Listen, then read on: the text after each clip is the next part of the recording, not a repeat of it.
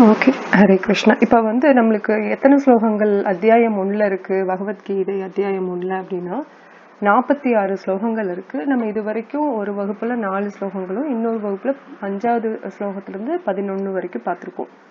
இப்போ 12வது ஸ்லோகத்திலிருந்து எவ்வளவு தூரம் கவர் பண்ண முடியுமோ அவ்வளவு தூரம் கவர் பண்ணலாம். இப்படி ஒரு பேட்டர்ன் மாதிரி பார்த்துட்டீங்கன்னா 12வது ஸ்லோகத்திலிருந்து 15வது ஸ்லோகம் வரைக்கும் என்னென்ன நடக்கும் அப்படின்னா, அந்த ஸ்லோகங்கள் யார் யாரு எந்தெந்த சங்குகளை ஊதுறாங்க அப்படிங்கறத பத்தி ஸ்லோகம் வரும் அந்த 4 ஸ்லோகங்கள்ல. அப்புறம் 16லிருந்து 18 வரைக்கும் எந்தெந்த வீரர்கள் சிக்கண்டி, விராதா, துருபதா அந்த மாதிரி பெரிய பெரிய வீரர்கள் இருக்காங்கல்ல அவங்கள பத்தி வரும். அடுத்தது 19லிருந்து 23 வரைக்கும் இப்பதான் அர்ஜுனன் அந்த போர் களத்துல நடுவுல போய் நிக்க சொல்லி யாரு பார்த்தசாரதியா வரா, சேரியட் டிரைவரா கிருஷ்ணர் தான். ஸோ கிருஷ்ணர்கிட்ட கேட்டுக்கிறாரு அர்ஜுனர், என்னை கூட்டிட்டு போய் அங்க நிறுத்துங்க அப்படின்னு. அது என்னென்னு இன்னும் நம்ம அந்த தத்துவ ரீதியாவும் அதனோட அர்த்தங்களையும் நம்ம நல்லா பார்ப்போம் அந்தந்த ஸ்லோகங்கள் வரும்போது. இப்போ மேலோட்டமா சொல்றேன். சரி, இப்ப 12வது ஸ்லோகம் என்னங்கிறது பார்ப்போம். தஸ்ய சஞ்சனயன் ஹர்ஷம் குருவிருத்தரஹ பிதாமஹ சிம்ஹ நாதம் தினத்யோச்சைஹி சங்கம் தத்மோ பிரதாபவான். மொழிபெயர்ப்பு ஸ்ரீல பிரபுபாதரோட மொழிபெயர்ப்பு பார்க்கிறோம். பின்னர் குரு வம்சத்தின் மாபெரும் வீரரும் பாட்டனாருமான பீஷ்மர் தனது சங்கை சிங்க கர்ஜனை போன்று உறக்க ஊதி துரியோதனனுக்கு மகிழ்ச்சியை கொடுத்தார். இந்த ஸ்லோகத்தை நம்ம போன வகுப்புல பார்த்தோம் தான், இருந்தாலும் நம்ம அதுல இருந்து தொடங்குவோம், இன்னும் நம்மளுக்கு புரியும் எதுல இருந்து விட்டோம் அப்படிங்கறதுக்காக. துரியோதனனுக்கு கண்டிப்பா பயம். இப்ப எப்பவுமே பார்த்தோம்னா தர்ம வழியில போறவங்களுக்கு பயம்ங்கிறது இருக்காது, உண்மையை பேசுறவங்களுக்கு பயம் வராது.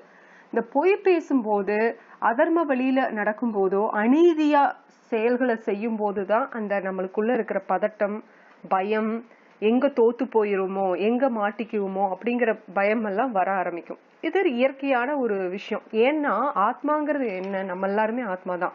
நம்ம இந்த சரீரத்துல இருக்கோம். இப்ப நான் ஈஸ்வரி அப்படிங்கிற சரீரத்துல இருக்கேன்னா, நீங்க ரமா அப்படிங்கிற சரீரத்துல இருக்கலாம், இல்ல வித்யாங்கிற சரீரம் ஏதோ ஒரு சரீரத்துல இருக்கும். இப்போ இந்த சரீரத்துல இந்த ஆத்மாவா இருந்தாலும் ஆத்மாவோட குணாதிசயங்கள், குணங்கள் எல்லாமே ஒண்ணுதான். பகவானுக்கும் நமக்கும் வித்தியாசங்கிறது என்னன்னா, நம்ம எல்லாருமே அவரோட குணத்தைப்படிதான் நம்மளும் இருக்கோம், அவரோட குணத்தை தான் நம்மளும் கடைபிடிக்கிறோம். ஆனா அவரோட குணம் அனந்தமா இருக்கு, அதாவது அன்லிமிட்டடா இருக்கு, அது அளவிடவே முடியாது. ஆனா நம்ம கிட்ட பார்த்தோம்னா எல்லாமே அளவிடக்கூடிய அளவுதான் இருக்கு. இப்போ ஒரு கடல் இருக்கு, பிரபுபாதர் இந்த உதாரணத்தை அடிக்கடி சொல்லுவாரு. ஒரு கடல் இருக்கு, அந்த கடல்ல இருக்கிற ஒரு தண்ணிய எடுத்து சாப்பிட்டு குடிச்சு பாத்தீங்கன்னா உப்பு கரிக்கும். இது இயற்கையான குணம் அந்த கடலுக்கு உண்டு. அந்த தண்ணி எவ்வளோ இருக்கும் கடல்ல, அந்த தண்ணியில ஒரே ஒரு டம்ளர்ல எடுத்து அந்த தண்ணியை போய் லெபார்டரிக்கு போய் லேப்ல கொடுத்து டெஸ்ட் பண்ணி இதுலயும் உப்பு இருக்கா அப்படின்னு பாருங்க அப்படின்னு அவங்க கிட்ட கேட்டா, கடல்ல இந்த தண்ணியில உப்பு இருக்கிற அதே அளவுதான் இந்த தண்ணியிலயும் இருக்கும் இல்லையா. அந்த உப்பு இதுலயும் இருக்கு, அதுலயும் இருக்கு. ஆனா தண்ணியோட அளவுதான் இதுல கம்மி, அதுல அதிகம். அதே மாதிரிதான் நமக்கு குணம் நம்மளும் சச்சிதானந்தம் தான், பகவானும் கிருஷ்ணரும் சச்சிதானந்தம் தான். சத் சித் ஆனந்தம் அப்படின்னு சொல்லுவோம். நம்ம எல்லாருமே நித்தியமானவங்க. ஆத்மாங்கிறது என்னன்னா பிறப்பு இறப்பு அற்றது, எப்பவுமே ஆனந்தமயமானது. அப்புறம் எப்பவுமே ஒரு ஃபுல் நாலேஜ்ல இருக்கிறது. நம்ம கிட்ட ஞானம் எல்லாம் ஆல்ரெடி இருக்கு. அது என்ன அப்படின்னா, இந்த சரீரங்கள்ல மாத்தி மாத்தி பிறந்து பிறந்து இறந்து மறுபடியும் புதுசா பிறக்கிறோம் இறக்குறோம், இந்த சைக்கிள்ல போயிட்டு இருக்கிறதுனால, இந்த சுழற்சியில போயிட்டு வர்றதுனால நம்ம மறந்துடுறோம். நம்மளோட உண்மையான பக்தி ஞானத்தை மறந்துட்டு நம்ம சச்சிதானந்தம் தான், நம்ம எப்பவுமே சந்தோஷமா இருக்கிறவங்க, நம்ம எப்பவுமே நித்தியமா இருக்கிறவங்கிறத மறந்துட்டு இந்த சரீரத்துக்கு கூட நம்ம கனெக்ட் ஆகி நான் தான் இந்த சரீரம் அப்படின்றோம். இது என் கை அப்படின்னு சொல்லுவோமா, இல்ல நான் தான் இந்த கைன்னு சொல்லுவோமா? இது என்னோட கைன்னு சொல்லுவோம். அதே மாதிரிதான் இது என்னோட உடல், நான் தான் உடல் கிடையாது. ஆனா நம்ம அந்த மாதிரி பார்க்காம கண்ணோட்டம் எப்படி ஆயிருச்சுன்னா, நான் தான் இந்த உடல்ங்கிற மாதிரி கண்ணோட்டம் ஆனதுனால இந்த உடல்ல சின்ன கீறல் பட்டா கூட நம்மளால தாங்க முடியாது. புதுசா ஒரு வண்டி வாங்குறோம், அதுல ஏதோ ஒரு பையங்க குறும்பு பண்ணி விளையாடும் போது கிழிச்சிடுறாங்க இல்ல கிறுக்கிடுறாங்க, நம்ம அவ்வளவு பதட்டப்படுறோம். அது ஒரு உயிரற்ற ஒரு ஜட பொருள் தான். அதுல ஒரு காயம் பட்டதுனாலே நம்ம என்னமோ நம்ம இதயத்துல காயம் பட்ட மாதிரி பதறோம். ஏன்னா பற்றுதல். திருதராஷ்டிரனுக்கு தன்னோட புதல்வன்கள், முக்கியமா முதல் புத்திரன் வந்து துரியோதனன், அவன் மேல உள்ள அந்த பற்றுதல்னால என்ன ஆகுது, அவன் அந்த அதர்மத்தை தான் கடைபிடிக்கிறோங்கிறது கூட தெரியாம, அந்த அளவுக்கு தெரியும் தான், ஆனா அதுல இருந்து வெளியில வர முடியாம அவன் வந்து அதர்ம வழியிலேயே போகணும்னு முடிவு பண்ணிட்டான். எதுக்காக அப்படின்னா, எப்படியாவது என்ன செஞ்சாவது நான் ராஜ்யத்தை என் மகனுக்கு கொடுக்கணும் அப்படின்னு சொல்லி. நியாயப்படி பார்த்தா திருதராஷ்டிரன் மூத்தவனா இருக்கிறதுனால அவனுக்குதான் ராஜ்யம் போகணும், தப்பில்லை. ஆனா பிறவியிலேயே குருடனா பிறக்கும் போது ராஜ தர்மத்துல என்னன்னா, ராஜ்ய தர்மத்துல என்னன்னா, அந்த ராஜாக்கு வந்து எந்த ஊனமும் இருக்கக்கூடாது அப்படிங்கறது ஒரு ரூல். அதுபடி பார்த்தா பாண்டுக்கு தான் அந்த ராஜ்யம் போகணும். அது மாதிரிதான் போச்சு. ஆனா பாண்டு எல்லாத்தையும் விட்டுட்டு நான் காட்டுக்கு போய் வாழ்றேன்னு போனதுக்கு அப்புறம் ராஜ்யத்தை யாராவது பாத்துக்கணுமே அப்படிங்கறதுனால ஒரு தற்காலிகமா அந்த பதவி வந்து திருதராஷ்டிரனுக்கு கொடுக்கப்பட்டது. அதுக்கப்புறம் திருப்பியும் பாண்டு வருவான், இல்ல பாண்டு புத்திரர்கள் வருவாங்க, அவங்களுக்கு அந்த ராஜ்யம் வரணுங்கிறது ஒரு ஒரு சொல்லப்படாத ஒரு உண்மை. ஆனா இல்ல சொல்லப்பட்ட உண்மைதான். சொல்லப்படாதுன்னா என்னன்னா, இது வந்து திருப்பி திருப்பி சொல்ல வேண்டியது இல்லை அப்படிங்கறது சொல்ல வர. இப்போ ஒன்ஸ் அது டிசைட் ஆயிருச்சு அப்படின்னா அப்படிதான் வரணும். திருதராஷ்டிரனுக்கு துரியோதனன் பிறக்கிறதுக்கு முன்னாடியே குந்திக்கும் பாண்டுக்கும் யுதிஷ்டிர மகாராஜ் பிறந்தாச்சு. அப்படி பார்த்தாலும் யுதிஷ்டர் தான் ராஜ்யத்துக்கு வரணும். எப்படி பார்த்தாலும் பாண்டவர்கள் தான் ராஜ்யத்துக்கு வரணும், பாண்டு தான் ராஜ்யத்துல இருந்திருக்கணும். ஒரு தற்காலிகமா இவங்க கிட்ட குடுத்துட்டு போனதுனால என்னாச்சு, அவங்களே அதை எடுத்துக்கணும் அப்படிங்கிற அந்த பேராசை வந்ததுனாலதான் இவ்வளவு பெரிய பிரச்சனையும்.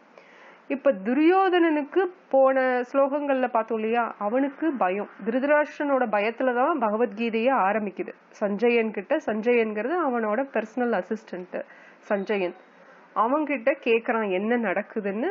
வியாசதேவரோட அனுகிரகத்தால திவ்ய சக்ஷு, அதாவது திவ்யமான கண்கள், பார்வை கிடைச்சிருக்கு சஞ்சயனுக்கு.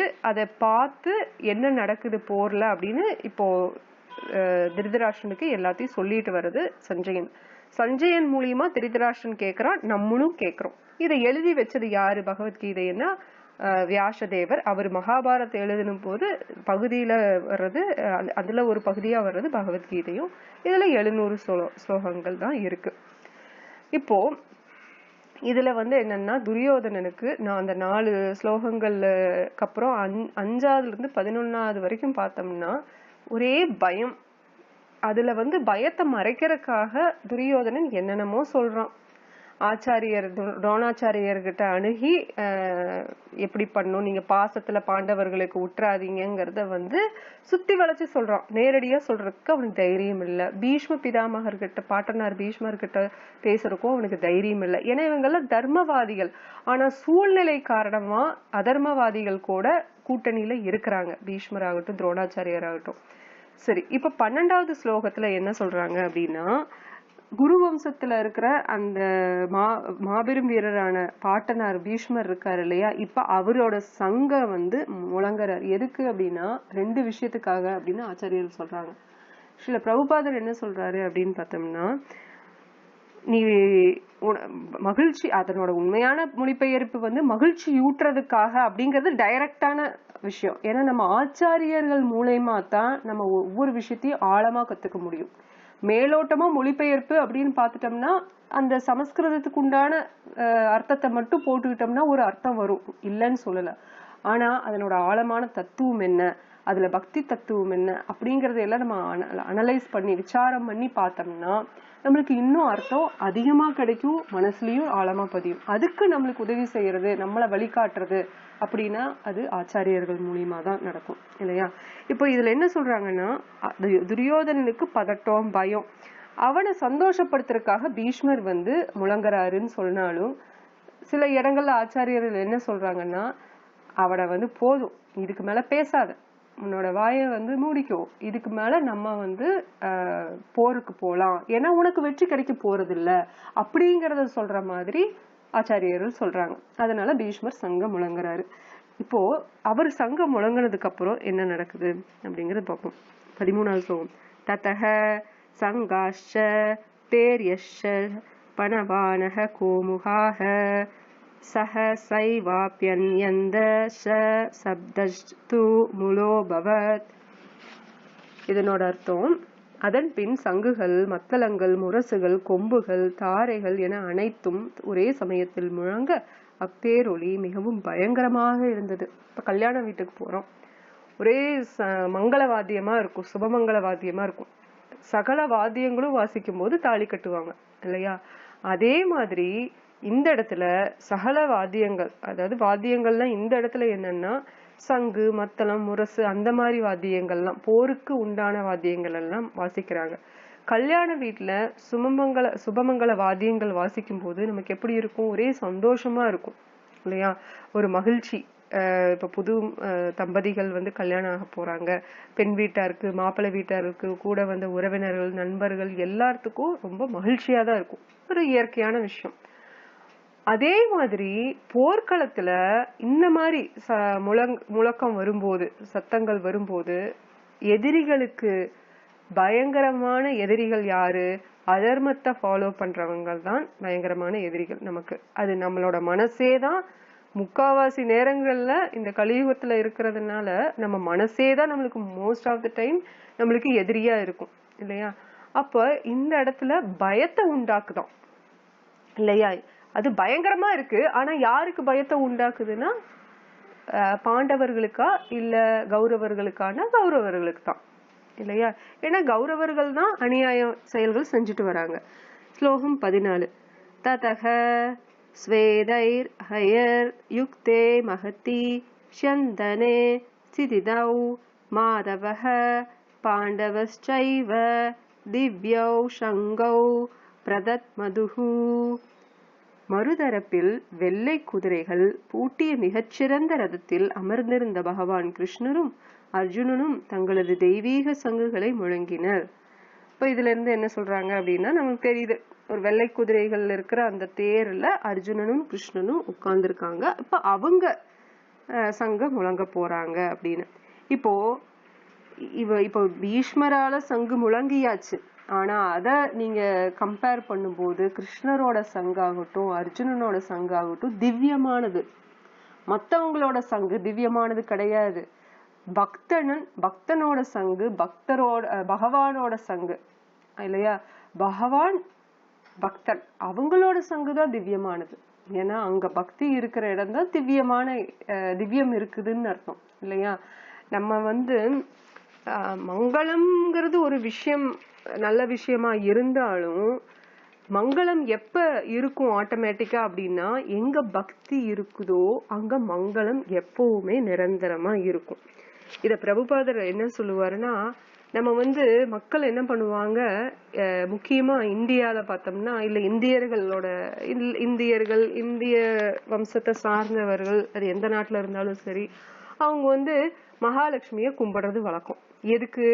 பணம் வேணும், வசதி வேணும், வேலை வாய்ப்பு வேணும், அந்த மாதிரி எல்லாமே அந்த ஒரு பௌதீக நோக்கத்தோட மகாலட்சுமியை கும்பிடுவாங்க. மகாலட்சுமியை எதுக்கு கும்பிடுவாங்க? எனக்கு பக்தி கொடுங்க, எனக்கு ஆத்ம திருப்தியை கொடுங்க, ஆத்மராமனா என்ன வைங்க. ஆத்மராமன்னா நம்மளுக்குள்ளேயே அந்த திருப்தியை உண்டாக்கிக்கிறது, திருப்தியா இருக்கிறது. வேற எந்த விஷயங்கள்லயும் நம்மளுக்கு திருப்தி வேண்டாம்.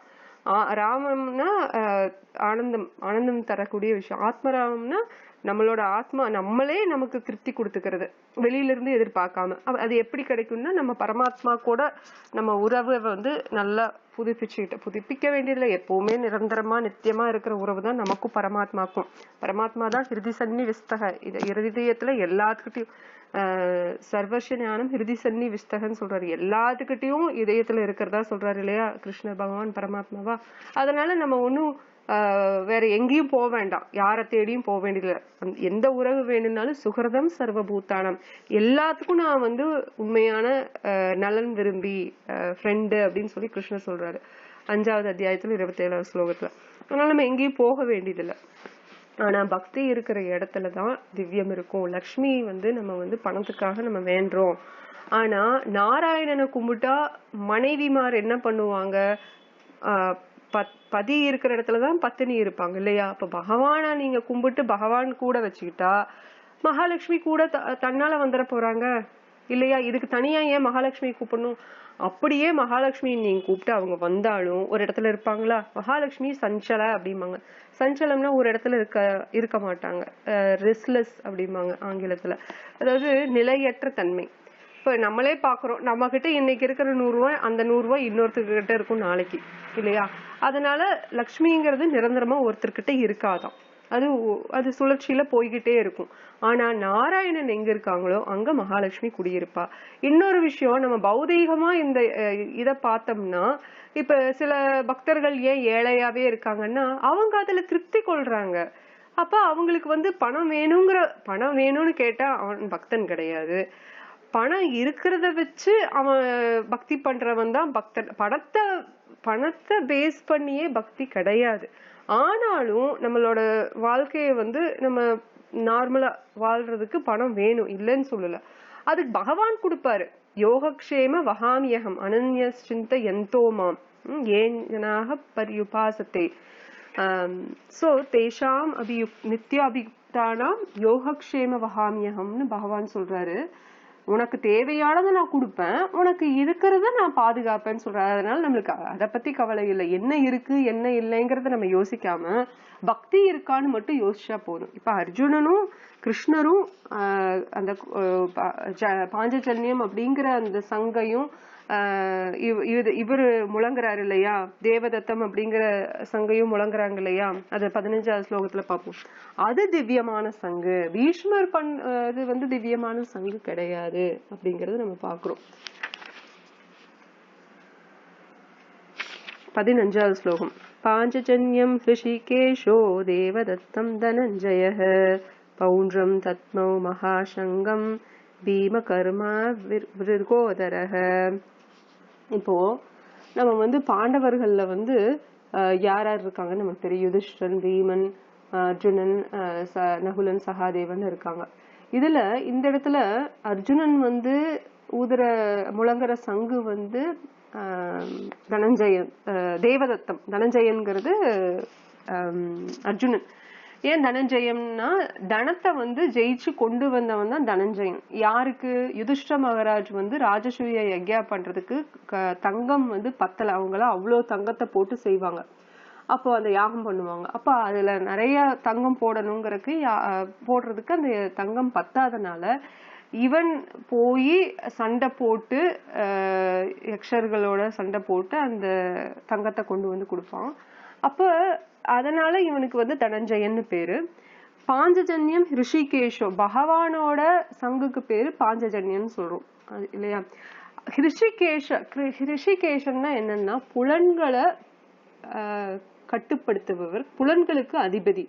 அவருதான் வந்து பகவான் கிருஷ்ணர். அவருக்கு என்ன பேரு? இன்னொரு பேருனா ரிஷிகேஷன். அந்த பேருக்கு அர்த்தம் வந்து புலன்களுக்கு தலைவன் சொல்லலாம்.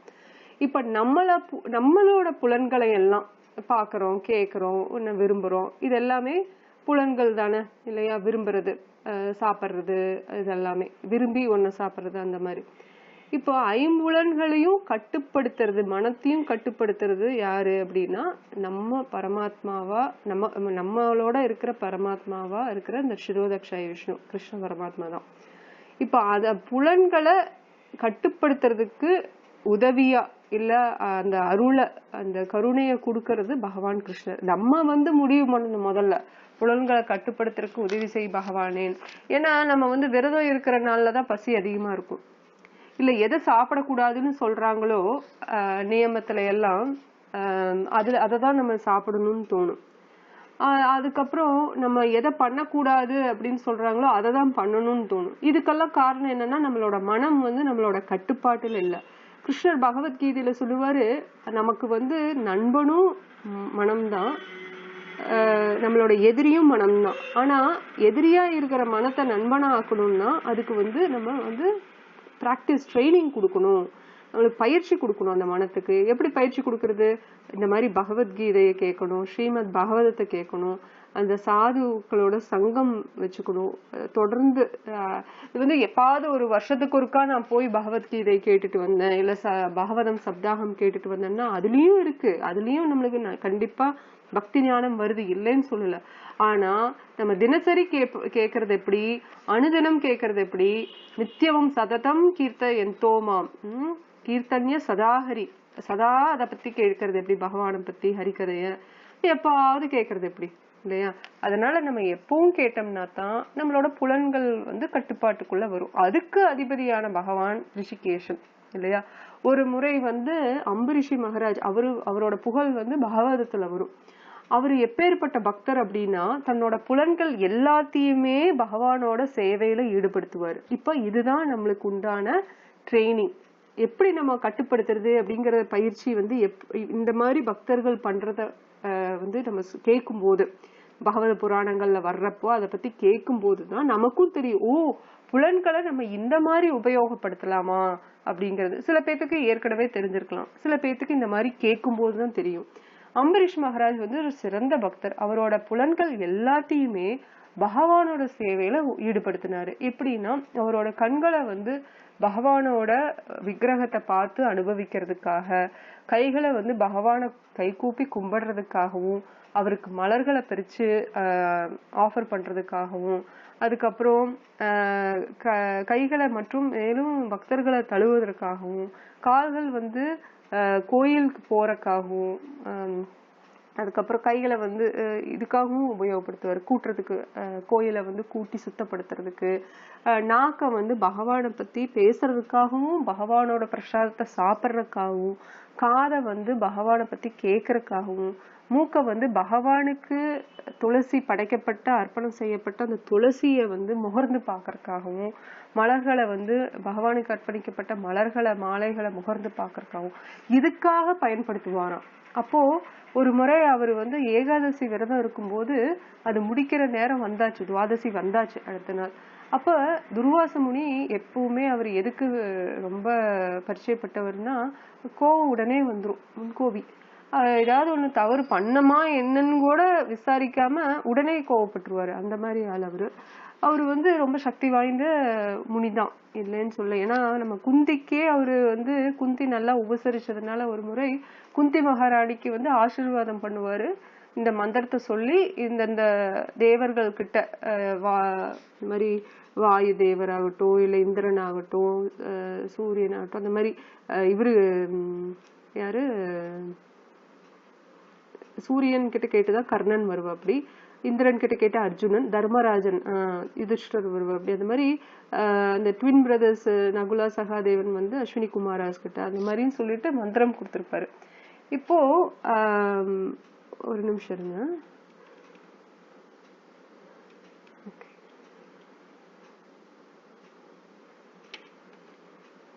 ஓகே, அந்த மாதிரி கொடுத்துருக்கும் போது அவங்க யூஸ் பண்ணிக்குவாங்க குந்தி மகாராணி. அது அந்த மாதிரி சக்தி வாய்ந்தவர் துர்வாச முனி. ஒரு தடவை அம்பரீஷ் மகாராஜை பாக்குறதுக்காக வந்திருப்பாரு, 10,000 சிஷ்யர்களோட வந்திருப்பாரு. அப்போ கரெக்டா இவங்க துர்வாச முனி வரும்போது அந்த துவாதசியை கரெக்டா கடைபிடிக்கணும். இப்ப ஏகாதசி விரதம் இருக்கிறவங்க அந்த துவாதசி சமயம் வந்து இத்தனை நேரம் தான் இருக்கும். யூஸ்வலா பாத்தீங்கன்னா 1 மணி நேரம் அந்த டைமுக்குள்ள நம்ம அந்த ஏகாதசி விரதத்தை முடிச்சிடணும். முடிக்கலன்னா ஏகாதசி விரதம் இருந்த மாதிரி அர்த்தம் ஆகாது அப்படிம்பாங்க சாஸ்திரத்துல.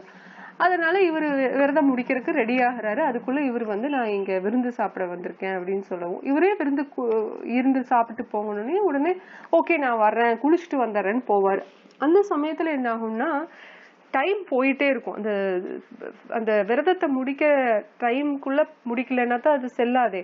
அதனால இவர் பதட்டப்பட்டு இருக்கிற சபையில இருக்கிற பிராமணர்கள் கிட்ட கேட்பாரு என்ன பண்றதுன்னு. அப்ப சொல்லுவாரு, அவங்க சொல்லுவாங்க, இந்த மாதிரி நீங்க விரதத்தை முடிச்ச மாதிரி இருக்கணும், அதே சமயம் நம்ம வந்து ஒருத்தர் விருந்தினர் வர்றாருன்னா அவங்கள விட்டுட்டு நம்ம சாப்பிடுறது நம்மளோட பண்பு கிடையாது, கலாச்சாரம் கிடையாது, இல்லையா? அவங்களுக்கு உபசரிச்சுட்டு தான் நம்ம மீதி இருந்தா அதை தான் நம்ம சாப்பிடுவோம். இதுதான் நம்மளோட பண்பாடு. ஆனா இப்போ அவர் ஏதாவது சாப்பிட்டுட்டாரு அப்படின்னா அத பண்பு மீறின மாதிரி ஆகும். அப்படிப்பட்ட ஆள் அம்பரீஷ் மகாராஜ் கிடையாது. ஏதாவது செய்யணுமே அப்படின்னோடனே அதுக்கு துளசி தண்ணியை குடிச்சிருங்க. துளசி தண்ணியை குடிக்கும் போது விரதம் இருந்த மாதிரியும் விரதத்தை முடிச்ச மாதிரியும் ஆச்சு. ஆனா தண்ணி தான் குடிச்சிருக்கீங்க, அதனால விரதத்தை முடிக்காத மாதிரி ஆயிடுச்சு அப்படின்னோடனையும் இவர் அந்த தண்ணியை குடிக்க போனோடனே துர்வாச முனிக்கு ஞான சக்தியால தெரிஞ்சிரும். உடனே வந்து கோவமா அவரோட ஒரு தலையில இருந்து முடியில இருந்து ஒரு அசுரனை கொண்டு வந்து இவரை அம்பரீஷ் மகாராஜ் கொல்றதுக்கு வர சொல்லுவாரு. ஆனா பக்தன் எப்பவுமே பயந்துக்க மாட்டாங்க. எந்த விதமான வாழ்க்கையில வந்து கஷ்டங்கள் துக்கங்கள் வந்தாலும் பகவான் இருக்காரு அப்படிங்கிற ஒரு மன தைரியத்துல அந்த நம்பிக்கை, ஆழமான அந்த நிஷ்டா அப்படிம்பாங்க. ஸ்ரதா அப்படிங்கிறது ஒரு மேலோட்டமான நம்பிக்கை, ஆரம்ப நிலை நம்பிக்கை அப்படின்னா நிஷ்டா அப்படிங்கிறது ரொம்ப ஒரு ஆலமரத்துல எப்படி வேர்கள் ஊன்றி இருக்கும் அந்த மாதிரி நம்பிக்கை தான் அந்த நிஷ்டா அப்படிங்கிற ஒரு நிலை. அந்த நிலைக்கு மேல இருக்கிறவர் பக்தர் வந்து அம்பரீஷ் மகாராஜ். அப்ப அவர்கிட்ட எதுவுமே இந்த மாதிரி இதெல்லாம் செல்லாது பயமுறுத்துனா. அவர் என்ன பண்றாரு, கைகளை கூப்பி நின்று பகவான பிரார்த்தனை மட்டும் செய்யறாரு. ஆனா எதுவுமே அவர் மனசுல நினைச்சுக்கல, தன்னை இப்ப கொல்ல போறாங்க, தான் இப்ப உயிரை விட போறோம், துர்வாச முனி இப்ப எனக்கு எதிரி ஆயிட்டாரு, இந்த மாதிரி எல்லாம் எந்த ஒரு தவறான எதிர்மறையான எண்ணங்களும் அம்பரீஷ் மகாராஜுக்கு வரவே இல்லை. அவரு நிதானமான நிலையில நின்றுட்டு இருக்காரு. அப்ப அந்த சக்திய வந்து அவரு அப்படி நின்றுட்டு இருக்கிறத பார்த்துட்டு பகவானால பொறுக்க முடியாம என்ன பண்றாரு, உடனே சுதர்சன சக்கரத்தை ஏவி விடுறாரு. அப்ப அந்த சுதர்சன சக்கரம் அந்த அசுரனை கொன்னு இப்ப துர்வாச முனிய துரத்த ஆரம்பிச்சிருச்சு. துர்வாசன் முனி வந்து அவரு சக்தி வாய்ந்த ஒரு சித்திகள் நிறைஞ்ச ஒரு முனிதான். அதனால அவர்னால எல்லா பக்கம் வேணுங்கிற இடத்துல அவர்னால பிரபஞ்சத்துக்குள்ள பயணம் செய்ய முடியும். அவரு வந்து இந்த லோகம் மேலோகம் சிவா கிட்ட போறாரு. சிவன் வந்து என்னால காப்பாற்ற முடியாது, இது வந்து சுதர்சன சக்கரா சக்தி வாய்ந்தது, என்னால முடியாது. பிரம்மன் கிட்ட போறாரு, அவரும் என்னால முடியாது அப்படிங்கிறாரு. நீ விஷ்ணு கிட்ட தான் போகணும். விஷ்ணு கிட்ட போறாரு அப்படின்னா என்ன அர்த்தம், துர்வாச முனிக்கு வைகுந்த லோகத்துக்கு போறக்கே அவருக்கு சக்தி இருக்கு. ஆனா என்ன பிரச்சனை, அவர் ஒரு நல்ல சிறந்த பக்தரா, எப்பவுமே அவர் சிறந்த பக்தரா இல்லாதனால அவர்னால வைகுந்தத்துக்கு போக முடியுது, ஆனா அங்க தங்க முடியாது. இப்ப நம்ம பக்தி பண்ணோம்னா நம்ம வைகுந்தத்துக்கு நம்ம இந்த காலம் முடியும் போது நல்ல பக்தி பண்ணியிருந்தோம்னா தான் வைகுந்தம் போக முடியும். சும்மா நல்ல நேரத்துல போயிட்டோம், இது பண்ணிட்டு இந்த புண்ணியம் பண்ணிட்டோம் அதனால போயிட்டோம் அப்படின்னு எல்லாம் நம்மளுக்கு தகுதி வந்து அதை நிர்ணயிக்காது. நம்ம பக்தி வந்து பகவானுக்கு பகவானுக்கு வந்து பூர்த்தி செய்யற மாதிரி, மனதை வந்து திருப்தி கொடுக்கற மாதிரி நம்ம பக்தி செஞ்சிருந்தா தான் நம்ம அதுக்கு தகுதி வாய்ந்தவங்களா இருப்போம் வைகுந்த லோகத்துக்கு போறதுக்கு. இப்போ துர்வாச முனி வைகுந்தம் போனாலும் அவர் வந்து பக்தன் கிடையாது, அதனால அங்க தங்கவும் இல்லை, தங்கறதுக்கு அவருக்கு எண்ணமும் இல்லை. தங்கறதுக்கு எண்ணம் இருந்தா தானே போறதுக்கு எண்ணம், தங்கறதுக்கு எண்ணம் இருந்தா தானே நம்ம அதுக்கு தகுந்த மாதிரி நம்ம நடந்துக்குவோம் பண்ணுவோம். ஆனா அவருக்கு அதெல்லாம் கிடையாது. அவர் எதுக்கு போறாருன்னா தன்னோட உயிரை காப்பாத்துறதுக்காக. இது இன்னொரு விஷயத்தையும் நம்மளுக்கு புரிய வைக்குது. என்னன்னா பக்தர்கள் எப்பவுமே தன்னோட உயிர் மேல பற்றுதல் வச்சிருக்க மாட்டாங்க, தன்னோட உடல் மேலையும் பற்றுதல் வச்சிருக்க மாட்டாங்க. ஏன்னா உயிருங்கிறது என்ன, அந்த லைஃப் ஏர் அப்படிம்பாங்கல்ல, ஒரு அந்த ஆத்மாவை வந்து நம்ம ஒரு சரீரத்துக்குள்ள வர்றோம் அப்படின்னா பரமாத்மா மூலியமா அந்த கான்சியஸ்னஸ், இப்ப லைட் போட்டா லைட்டோட வெளிச்சம் வருது இல்லையா, பிரகாசம், அதுதான் அந்த சரீரத்துக்குள்ள அந்த ஆத்மா இருக்கு அப்படிங்கிறதுக்கு உண்டான ஒரு எவிடன்ஸ் என்ன, ஒரு சாட்சி என்ன அப்படின்னா அதை சுத்தியும் அதனோட சக்தி ஃபுல்லா அதுக்குள்ள இருக்கு, சரீரத்துக்குள்ள இருக்கு அந்த ஆத்மாவோட சக்தி. ஆத்மாக்கு எங்க இருந்து சக்தி வருதுன்னா பரமாத்மா கிட்ட இருந்து. எப்படி வந்து சூரிய பகவானுக்கு எங்க இருந்து வெளிச்சம் வருது, பிரம்மஜோதி கிட்ட இருந்தது. பிரம்மஜோதிங்கிறது எது, பகவானோட அந்த பளிர் வெளிச்சம் தான். இப்ப நீங்க ஒரு வைரம் நெக்லஸ் போட்டிருக்கோம் அப்படின்னா அதுல பளிர்னு ஒரு வெளிச்சம் வருது. அந்த வெளிச்சத்தினால ஒரு விஷயத்த நம்ம இன்னும் பாக்குறோம் அப்படின்னா அந்த வெளிச்சத்தினாலதான் பாக்குறோங்கிறது நம்மளுக்கு தெரியாம இருந்துச்சுன்னா நம்ம என்ன நினைப்போம், இன்னொரு பொருள்னாலதான் அந்த வெளிச்சம், இப்ப சூரியனோட வெளிச்சம் நம்மளுக்கு வருது, இது சூரியனாலதான் வருதுன்னே நம்ம நினைச்சுக்கிட்டு இருக்கோம். ஆனா அந்த சூரிய வெளிச்சமே எங்க இருந்து வருதுன்னா பகவான் கிட்ட இருந்துதான் வருது அப்படிங்கிறது நம்மளுக்கு இந்த மாதிரி சாஸ்திரங்களை படிக்கும் போதுதான் தெரியுது, பக்தர்கள்ட்ட இருந்துதான் தெரியுது. அந்த நிலா எங்க இருந்து வெளிச்சம் வர வைக்குதுன்னா சூரியன் கிட்ட இருந்து. சூரியன் பிரம்ம ஜோதி, அதாவது கிருஷ்ணரோட ஜோதியில் இருந்து. சரியா? இப்போ இவர் போய் துர்வாச முனி போய் பகவான் விஷ்ணு கிட்ட கேக்குறாரு. அவரு சொல்லிட்டாரு சுதர்சன் சக்கரா என்னோட பக்தன், அவன் கோவப்பட்டு அம்பரீஷ் மகாராஜா காப்பாத்துறதுக்கு போயிட்டான். நான் எதுவும் பண்ண முடியாது, நீ வந்து என்ன பண்ணலாம் அப்படின்னா, நான் ஒண்ணுமே சொல்ல. சுதர்சன் சக்கரனுக்கு கோவம் வந்து அவனா போய், இது இன்னொரு அர்த்தத்தை நம்மளுக்கு சொல்லுது.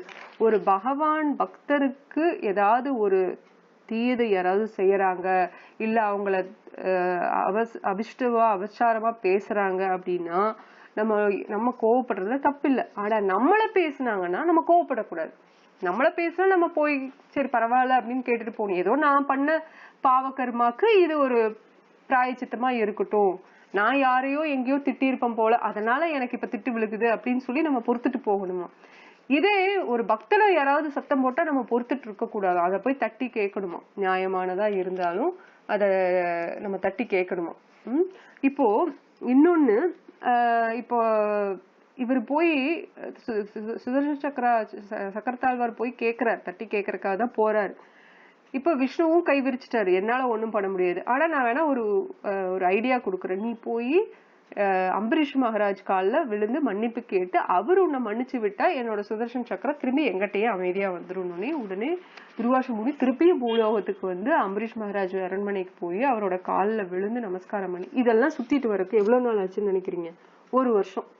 ஏன்னா நம்ம ஏற்கனவே பார்த்திருக்கோம் இல்லையா, பிரம்மாக்கும் நம்மளுக்கும் டைம் டிஃபரன்ஸ் நிறைய இருக்கு. அவரும் 100 வருஷம் தான் வாழுவாரு, நம்மளும் 100 வருஷம் தான் வாழுவோம். எறும்பு பார்த்தா எறும்போட வாழ்க்கையில அதுவும் 100 வருஷம் தான் வாழும். ஆனா எறும்பு ஒரே நாள்ல வாழ்க்கையில பிறந்து வாழ்ந்து இறந்துரும், எறும்போ இல்ல ஒரு சின்ன பூச்சியோன்னு வச்சுக்கோங்க. ஆனா நம்ம 100 வயசு வரைக்கும் வாழ்றோம்னா நம்மளோட 100 வயசு காலம், எறும்புக்கு 100 வயசு காலம்ங்கிறது வேற. அதே மாதிரி பிரம்மாவோட 100 வயசு காலம்ங்கிறது கோடான கோடி ஆண்டுகள், பல கோடி ஆண்டுகள் அவரு வாழ்வாரு. நம்மளுக்கு வந்து அவருக்கு ஒரு செகண்ட் அப்படின்னாலே நம்மளுக்கு 1 லட்சம் வருஷம் ஆயிரும், அந்த மாதிரி. இப்போ இவரு போய் சுத்திட்டு வரக்குள்ள 1 வருஷம் ஆயிருச்சு. அம்பரீஷ் மகாராஜ் இன்னும் சாப்பிடல. துர்வாச முனி வருவாரு அப்படின்னு சொல்லி பிரமாதமா ஃபீஸ்ட் அரேஞ்ச் பண்ணணும்னு வெயிட் பண்ணிட்டு இருக்காரு. வந்தோடனே உடனே அரேஞ்ச் பண்ணி கொடுத்துடணும். இவரு போயிட்டு எல்லா லோகத்துக்கும், கைலாசத்துக்கு போயிட்டு சத்தியலோகம் பிரம்மாவை பார்த்துட்டு, விஷ்ணு வைகுந்த லோகத்துக்கு போயிட்டு விஷ்ணுவை பார்த்துட்டு இப்ப திரும்பி இங்கேயே வர்றாரு பூலோகத்துக்கு. வந்ததுக்கு அப்புறம் மன்னிப்பு கேட்கிறாரு. அப்போ இவரு அம்பரீஷ் மகாராஜ் எவ்வளோ ஒரு பண்புள்ள பக்தன் பாத்தீங்கன்னா, இது எங்கிட்ட எல்லாம் இப்படி எல்லாம் நீங்க கேட்காதீங்க, நீங்க பெரியவங்க, இப்ப சாப்பிடுறதுக்கு வாங்க, அதை பத்தி என்னன்னு சொல்லி சாப்பிட்ற கூப்பிட்டுட்டு போய் விருந்து கொடுப்பாரு. அப்ப துர்வாச முனிக்கு அந்த பக்தனோட சக்தி என்னங்கிறது அவருக்கு அப்பதான் தெரியும். இது வந்து ஒரு உதாரணத்துக்கு நம்ம பாக்குறோம் இல்லையா.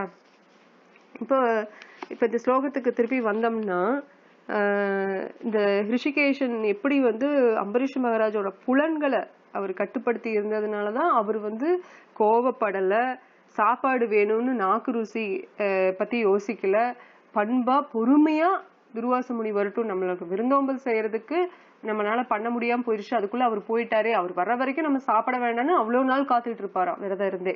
சோ இந்த மாதிரி எல்லாம் நம்ம பண்ண முடியுமாங்கிறது சந்தேகம்தான் இல்லையா. சரி, அடுத்த ஸ்லோகம் பார்ப்போம். இன்னொன்னு, விரிகோதரக அப்படின்னு சொல்லி யார சொல்றாங்க அப்படின்னா பீமனை சொல்றாங்க. விரிகோதரன் அப்படின்னா என்ன அர்த்தம்னா, நரி போல வயிறு இருக்குமா, நரி போன்றவன், நரி போல வயிறு இருக்குமா. அப்போ அவனுக்கு வந்து இந்த பீமனுக்கு வந்து எப்பவுமே பயங்கரமா பசி எடுக்கும், ஆனா அந்த அளவுக்கு அவனோட உழைப்பும் இருக்குமா. அதனால அவனை வந்து விரிகோதரக அப்படின்னு சொல்லி இந்த இடத்துல சொல்றதா ஆச்சாரியர்கள் சொல்றாங்க. சரி, ஸ்லோகம் வந்து 16 - 18 வரைக்கும் பார்ப்போம். 3 ஸ்லோகங்கள் ஒட்டுக்கா பார்ப்போம். அனந்த விஜயம் ராஜா குந்தி புத்ரோ யுதிஷ்டிரஹ நகுலஹ சஹதேவஷ்ச சுகோஷ மணிபுஷ்பகௌ காஷ்யஷ்ச பரமேஸ்வாசஹ சிக்கண்டீச மகாரதஹ திருஷ்டத்யும்னோ விராடஷ்ச சாத்யகிஷ்ச பராஜதிஹ திரிபதோ திரௌபதயாஷ்ச சர்வஷ்ச ப்ருதி விபீத சௌபத்ரஷ்ச மகாபாஹுः சங்காந்தத்முகு. ஸ்லோகத்தோட மொழிபெயர்ப்பு பார்ப்போம். குந்தியின் புதல்வரான மன்னர் யுதிஷ்டிரர் அனந்த விஜயம் எனும் சங்கையும், நகுலனும் சகாதேவனும் சுகோஷம் மணிபுஷ்பகம் எனும் சங்குகளையும் முழங்கினர். பெரும் வில்லாளியான காசிராஜன், பெரும் வீரரான சிகண்டி, திருஷ்டத்யும்னன், விராடன், வெல்ல வியலாத சாத்யகி, துருபதன், திரௌபதியின் புதல்வர்கள் மற்றும் மாவீரனான சுபத்ரையின் மகனை போன்ற பலரும் தத்தமது சங்குகளை முழங்கினார்கள் மன்னரே. சோ இப்போ பொருளறிவு பார்த்தோம்னா, பாண்டவர்களை எதிர்த்து தன் மைந்தர்களை அரியணை ஏற்றுவதற்காக மன்னர் திருதராஷ்டிரர் மேற்கொண்ட அறிவற்ற கொள்கை மெச்சத்தக்கதல்ல என்பதை சஞ்சயன் மிகவும் சாமர்த்தியமாக மன்னரிடம் சுட்டிக்காட்டுகிறான். குருவம்சம் முழுவதும் அந்த மாபெரும் போரில் அழியப் போவதை அறிகுறிகள் தெளிவாக காட்டிவிட்டன. பெரியவரான பீஷ்மர் முதல் அபிமன்யு வரை போன்ற பேரப்பிள்ளைகள் மற்றும் உலகின் பல்வேறு நாட்டு மன்னர்கள் வரை அங்கு கூடியிருந்த அனைவரும் அழிக்கப்பட்டனர். தம் மைந்தர்கள் பின்பற்றிய கொள்கைகளை ஊக்குவித்த திருதராஷ்டிரரே அம்மாபெரும் நாசத்திற்கு காரணமானார். இப்போ சஞ்சயனுக்கு சுத்தமா பிடிக்கல. சஞ்சயன் திருதராஷ்டிரனோட செக்ரட்டரி மாதிரி இருந்தாலும், அசிஸ்டன்ட் மாதிரி இருந்தாலும் கூடவே இருக்காருதான், இல்லைன்னு சொல்ல. அவர் திருதராஷ்டிரனுக்கு ரொம்ப நன்றி உணர்வோட இருக்கிறவரு சஞ்சயன் தான், இல்லைன்னு சொல்ல. ஆனாலும் அவருக்கு இவரோட செயல்கள் பிடிக்கல. இது ஒரு நல்ல பக்தருக்கு உண்டான ஒரு பண்பும் கூட, ஒரு குணமும் கூட. இப்ப விதுரன் இருக்காரு, திருதராஷ்டிரனோட தம்பி விதுரன். பாண்டுக்கும் திருதராஷ்டிரனுக்கும் தம்பி விதுரன் தான். ஆனா விதுரன் சரியான பக்தர், கிருஷ்ண பக்தர் இல்லையா? அவர் ஒரு முறை தோலை தூக்கி போட்டுட்டு வாழைப்பழத்தை கிருஷ்ணர் வந்திருக்காருங்கிற அந்த பதட்டத்துல தோலை கீழே கீழே போட்டுட்டு பழத்தை கொடுப்பாரு. வாழைப்பழத்தோட உள்ள இருக்கிற சதையை மட்டும், சதையை தூக்கி போட்டுட்டு தோல்ல மட்டும் கொடுப்பாரு கிருஷ்ணருக்கு. கிருஷ்ணர் பக்தியில பத்திரம் புஷ்பம் பலம் தோயம் யோமே பக்தி பிரயாசதி. சோ கிருஷ்ணர் சொல்றாரு பகவத்கீதை 9வது அத்தியாயத்துல 26 ஸ்லோகத்துல, நீ எனக்கு என்ன கொடுத்தாலும் பக்தியோட, அன்போட பக்தியோட கொடுத்தீங்கன்னா நீ என்ன கொடுத்தாலும் சாப்பிடுவேன். ஆனா அதுக்காக பிரபுபாதர மொழிபெயர்ப்புல சொல்றாரு, அதுக்காக நம்ம மாமிசத்தையோ வெங்காயம் பூண்டு காஃபி டீயோ கொடுக்க போறது இல்ல. நம்ம பகவானுக்கு என்ன பிடிக்கும்? நல்ல சாத்வீகமான உணவு தான். நிறைய காரம் போட்டா ரஜகுணத்துல போயிரும், பழைய சாதத்தை கொடுத்தா தமகுணத்துல போயிரும். சாத்வீகமான உணவுகளை தான் பகவானுக்கு நம்ம படைக்கணும். அதைத்தான் நம்ம பிரசாதமா ஏத்துக்கணும். பிரசாதம்னா சமஸ்கிருதத்துல பிரசாதத்துக்கு அர்த்தம் தமிழ்ல என்னன்னா அனுகிரகம்னு அர்த்தம் இல்லையா? அவங்களோட கருணை, பகவானோட கருணைன்னு அர்த்தம். அதை நம்ம ஏத்துக்கணும் பிரசாதமா. இப்போ சாத்தியமான உணவுகளை தான் நம்ம சாப்பிடணும். அது என்னென்னு வர அத்தியாயங்கள்ல நம்ம பார்ப்போம். பின்னாடி வர அத்தியாயங்கள்ல நம்ம பார்ப்போம் சத்துவகுணத்துல என்னென்ன உணவுகள் இருக்கு அப்படின்னு எல்லாம் பார்ப்போம், ரஜகுணத்துல தமகுணத்துல. இப்போ இவருக்கு விதுரனுக்கு பிடிக்காது. விதுரன் திருதராஷ்டிரன் பண்ற வேலைகள் விதுரனுக்கும் பிடிக்காது. விதுரரும் பலமுறை அறிவுரை கொடுத்திருப்பாரு திருதராஷ்டிரனுக்கு, இதை பண்றது தப்பு, பாண்டவர்களுக்கு தேவையானது கொடுத்துரு அப்படின்னு சொல்லி. ஆனா கேட்க மாட்டார். இப்போ பகவான் கிருஷ்ணர் இப்படி தோலை சாப்பிட்டு கூட அவர் கம்ப்ளைண்ட் பண்ண மாட்டார். பகவான் கிருஷ்ணர் என்னப்பா தோலை கொடுக்குற, பழத்தை கொடு அப்படின்னு. இவரும் கிருஷ்ணர் அந்த மெய் மறந்து போய் அந்த பக்தியில உறைஞ்சு போய் அவரு பழத்தை கொடுக்காம தோலை கொடுத்துட்டு இருப்பாரு. அப்ப ஒன்ஸ் அவங்க ரியலைஸ் பண்ணோன்னே, அடடா இது நான் கொடுத்துட்டேனே அப்படின்னு சொல்லும் போது, இந்தாங்க இப்ப பழத்தை கொடுக்குறேன் நானு அப்படின்னு சொல்லவும், எனக்கு வயிறு நம்பிருச்சு போதும் அப்படிம்பாரு கிருஷ்ணர்.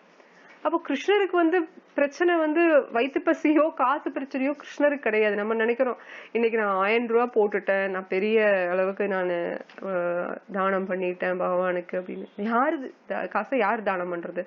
இப்ப நம்மளோட குழந்தை பையன் கிட்ட காசு கொடுத்து சேர்த்து வைக்க சொல்றோம். அந்த பையன் நம்மளோட பிறந்த நாளுக்கோ இல்ல கல்யாண நாளுக்கோ அது ஆசைப்பட்டு போய் நம்ம கொடுத்த ஒரு பணத்தை சேர்த்து வச்சு போய் நமக்கே பரிசு வாங்கி கொடுக்குது. அப்ப நம்ம பையன்கிட்ட என்ன சொல்லுவோம்? நான் கொடுத்த காசுலயேவா வாங்கி கொடுப்ப அப்படின்னா கேட்போம்? இல்ல, அந்த நோக்கத்தை பாராட்டுவோம், அந்த எண்ணத்தை பாராட்டுவோம், அதுல இருந்து பாசம் அன்பை பாராட்டுவோம். எந்த ஒரு விஷயத்தையும் நம்ம சுட்டி காமிக்க மாட்டோம். நான் கொடுத்த காசு தான் நீ வாங்கிட்டு வந்திருக்க, என்ன நீயா உழைச்சிட்டு வந்தேன்னா கேட்போம் இல்லையா? இல்லையா? அதே மாதிரிதான் பகவான் கிருஷ்ணரும் அவர் கொடுக்கற காசுலதான் நமக்கு காசு கிடைக்குது. அததான் வச்சு நம்ம பகவானுக்கு திருப்பி செய்யறோம் இல்லையா? ஆனா அதையவே நம்ம பெருசா பேசுவோம். அத கூட அவர் பெருசா பொருட்டாவா நினைக்கவே மாட்டார். அதையும் அவர் அன்பா எடுத்துக்குவார். நம்ம கொடுக்குற 1 ரூபாயா இருந்தாலும் சரி, 1 கோடி ரூபாயா இருந்தாலும் சரி, அவர் அன்பா எடுத்துக்குவார். நம்மளோட மனம் நோக்கம் அததான் பாப்பாரே தவிர அந்த செயலை பார்க்க மாட்டார். அதுக்காக நம்ம ரொம்ப மோசமான செயல்களை செஞ்சுட்டு நோக்கத்தை நான் நல்லா வச்சுக்கிறேன் அப்படின்னு சொன்னா அது லைன்ல வராது இல்லையா? அது சரிப்பட்டு வராது. நம்மளோட அகத்தின் அழகு முகத்தில் தெரியும் தானே, ஒரு நாள் இல்லைனாலும் ஒரு நாள். ஸோ நம்ம பக்தியில எது கொடுத்தாலும் பகவான் வாங்கிக்குவாரு. இப்போ இந்த இடத்துல பார்த்தோம்னா இவங்களுக்குள்ள நிறைய கதை இருக்கு. யுதிஷ்டர் மன்னன், யுதிஷ்டர் அப்படின்னாலே என்ன அர்த்தம்னா யுத்தத்துல திறமைசாலி, யுத்தத்துல திறனா நிலையா நிக்கிறவரு அப்படின்னு அர்த்தம். அவரோட சங்கம் அவரு ஊதிக்கிறாரு. இப்ப அதே மாதிரி நகுலன் சகாதேவனும் அவங்கவுங்க சங்குகளை ஊதிடுறாங்க, முழங்குறாங்க. அடுத்தது வந்து காசிராஜன் யாருன்னா அம்பிகை அம்பாலிகைன்னு 3 பெண்களுக்கான இவரு யாரு பீமனோட தம்பி விசித்திர வீரியனுக்கு கல்யாணம் பண்ணி கொடுக்கலான்னு போய் கேட்க போறப்பதான் காசிராஜன் கட்டி கொடுக்கறதுக்கு சுயம்வரத்துல ஒத்துக்குவாங்க இல்லையா. அப்பதானே நம்ம பார்த்தோம் இல்லையா. இப்ப சிக்கண்டியும் வர்றாங்க பாருங்க. இதுல சிக்கண்டி தான் வந்து அம்பாலிகை வந்து பீமன் நம்ம ஏற்கனவே இந்த கதையை பார்த்துட்டோம் முதல்ல இருந்த வகுப்பு இல்லை, இருந்தாலும் சுருக்கமா சொல்றேன். அம்பாலிகைக்கு வந்து இருக்கான் இல்லையா, சாத்வகி இல்ல இங்க வந்திருக்குமே, வில்லாளியான காசிராஜன், வீரண்டி சிக்கண்டி, திருஷ்டத்யும்னன், விராடன், சாத்தியகி. இந்த சாத்தியகி தான் அம்பாலிகையோட அன்பான காதலன். ஆனா அந்த சாத்தியகி வந்து அம்பாலிகையை கல்யாணம் பண்ணிக்க மாட்டேன்னு சொல்லிடுவான். ஏன்னா பீமன் உன்னை புடிச்சு கூட்டிட்டு போயிட்டான் சுயம்வரத்துல, அதனால நீ பீமனுக்கு சொந்தம், ஆனா நீ யார கல்யாணம் பண்ணிக்கவே எனக்கு தெரியாது, நான் உன்னை இப்ப திருமணம் செய்யறதுக்கு முடியாது அப்படின்ட்டுருவாங்க. அதனால இது வந்து ஒரு இதுதான், ரூல்ஸ் தான், இந்த சத்திரிய தர்மத்துல ஒண்ணுதான் இது. இப்ப அர்ஜுனன், ஐ மீன் நாட் அர்ஜுனன், ஆமா அர்ஜுனனே பாத்தீங்கன்னா சுபத்திரைய வந்து கடத்திட்டு போய் தான் கல்யாணம் பண்ணுவாங்க. சுபத்திரைய கடத்திட்டு போனாலே அப்ப வந்து அவங்களுக்கு தான் சொந்தம் ஆயிரும். கிருஷ்ணரும் ருக்மணியை கடத்திட்டு போய் தான் கல்யாணம் பண்ணுவாங்க. அதுக்கப்புறம் பாத்தீங்கன்னா இவரு பீமன் இந்த இடத்துல பீமனும் 3 பேர்த்த கூட்டிட்டு போயிருப்பு. மத்த பொண்ணுங்க ஓகே சொல்லிருவாங்க விசித்திர வீரனுக்கு. ஆனா அம்பாலிகைக்கு ஏற்கனவே சாத்தியகி மூலியமா அந்த காதல் இருந்ததுனாலதான் அம்பாலிகை வேண்டாம் அப்படி. ஆனா சாத்தியகி வேண்டாம்னு சொன்னதுக்கு அப்புறம் அம்பாலிகை வந்து பீமன் கிட்டயே கல்யாணம் பண்ணிக்க சொல்லுவாங்க.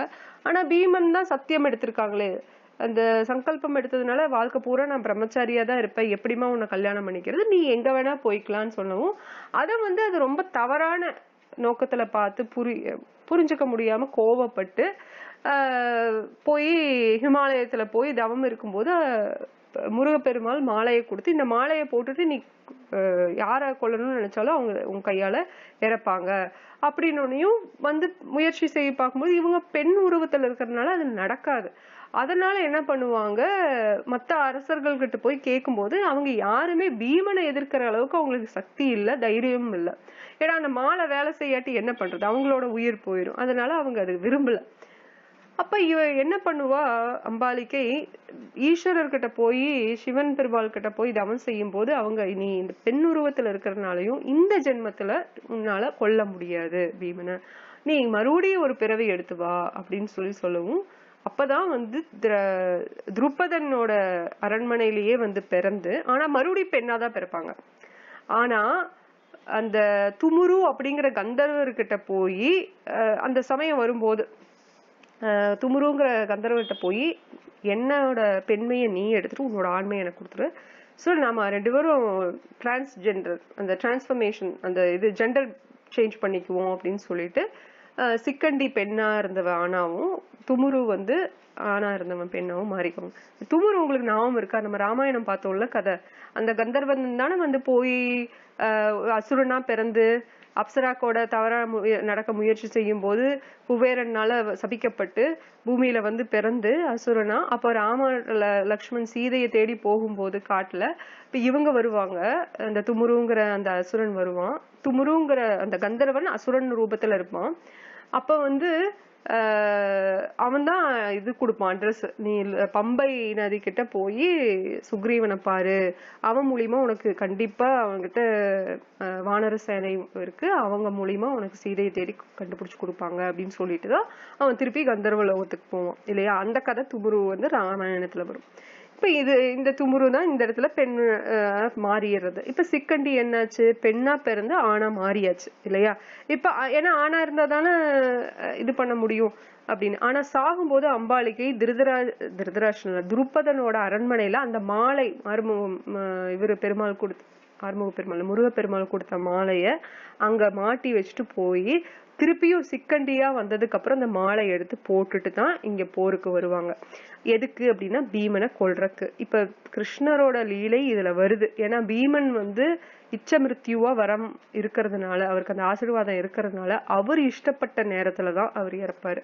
இப்ப அவருக்கு என்னன்னா இந்த ராஜ்யம் ஹஸ்தினாபூர் ராஜ்யம் வந்து நல்லபடியா நடந்ததுன்னா அவரு உயிரை அவர் விட்டுற போறாரு. இப்ப ராஜாங்கம் வந்து தவறான கைகள்ல இருக்கும்போது அவருக்கு உயிரை விடுறதுக்கு மனசு இல்லாமதான் இவ்வளவு நாளா அவர் இருந்துட்டு இருந்தாரு. அவருக்கு என்ன இருக்கணும்னு ஏதாவது விதியா? மிருத்யுன்னா எப்ப சாகணும்னு விருப்பப்படுறோமோ அப்ப செத்துக்கலாம் அப்படின்னா நமக்கு நல்ல சமயம் வரும்போது இறந்துட்டு போக வேண்டியதுதானே. அவரு போனா என்ன, அவரு இவருங்க தானே, ரிஷியா தானே போக போறாரு. அதனால அவருக்கு பிரச்சனை இல்லை.